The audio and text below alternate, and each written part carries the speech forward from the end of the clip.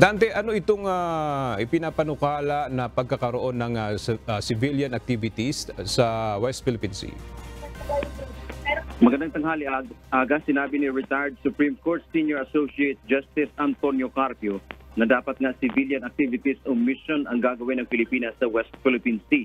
Magtatayuan niya ng civilian lighthouse sa Ayungin Shoal at mananatili dito ang Philippine Coast Guard o PCG na civilian yung nature ng kanyang trabaho.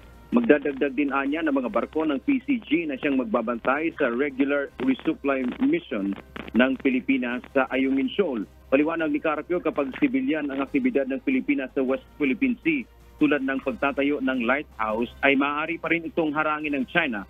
Ngunit pwede naman anyang dumulog ang bansa sa International Tribunal at sabihin na civilian ang nasa lugar. Maghain ng mga panibagong kaso ang Pilipinas laban sa China at makakakuha ang Pilipinas ng maraming suporta mula sa international community. Bukod dito, maaari din anyang magsasagawa ng joint patrol kasama ang ibang mga kaalyadong bansa ng Pilipinas tulad ng Amerika. Dahil may freedom of navigation sa West Philippine Sea, ay walang lalabaging international law ang joint o multilateral maritime exercises.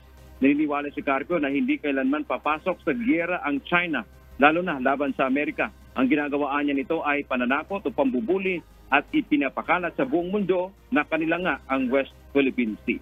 Yan ang ating update mula dito sa Maynila. Balik sa iyo, Aga. Maraming salamat, Dante Amento.